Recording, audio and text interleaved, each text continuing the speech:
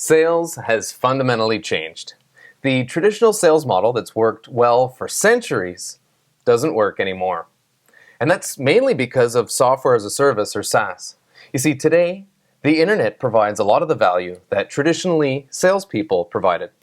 So let's have a look. The old sales model looks something like this. There's a funnel with leads coming in at the top and wins happening at the bottom.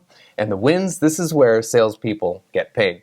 Now, as the leads go through the funnel, they get qualified or disqualified, or they remove themselves from the opportunity list. And the ones that come out the bottom, well, that's the ones we're looking for. But this model, that doesn't work anymore. Now, we're going to take this sales funnel and we're going to turn it onto its side.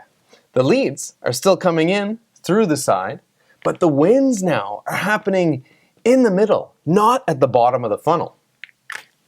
So what do you think happens when I draw out an expansion? Well, what we found, 72 to 93% of the lifetime value of our customer will only be realized after they've made this initial transaction. So we need to understand and optimize this whole process. So where does it start? Well, first of all, our customer needs to be aware that they have a problem. And awareness comes because of something that marketing has sent them, or that they see that there is a problem within their organization, and they're going to turn to the internet to try to solve this originally. So they're going to go to Google and do a how-to search. And as our customers are looking for a solution, they'll have this aha moment. All right? That's the aha moment there. That's supposed to be a star. And this is where they realize there is a solution, and it's just a matter of, can they educate themselves to find out which is the right one. Now, old school sales, salesperson jumps in here and provides a solution for their problem. But today, they're not ready to be closed here. Let me back it up a little bit.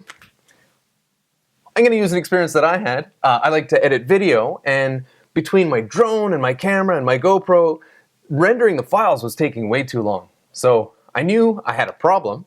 So I turned to the internet to solve it. I started researching what my solutions were, and then I had this aha moment. I need to buy a new laptop. So I go to apple.com and I start configuring my MacBook Pro with a faster video card, with CPU, more memory, and the price is going like $3,000, $4,000, $5,000.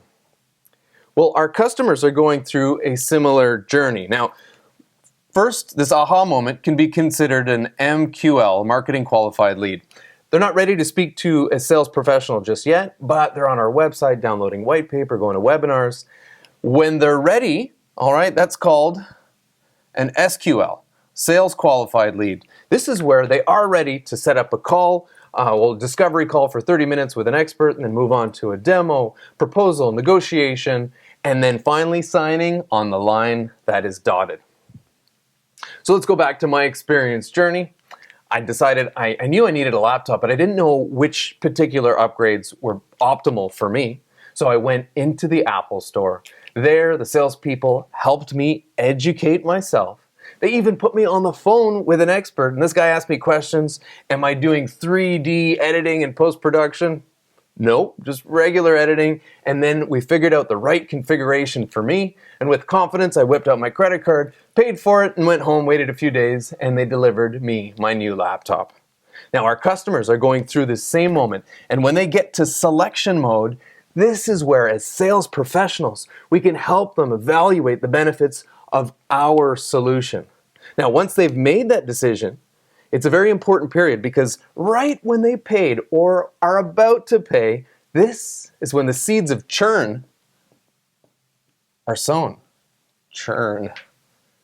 That's right, yeah. So this is an important period. We call it the onboarding phase. And onboarding ends when there's first value.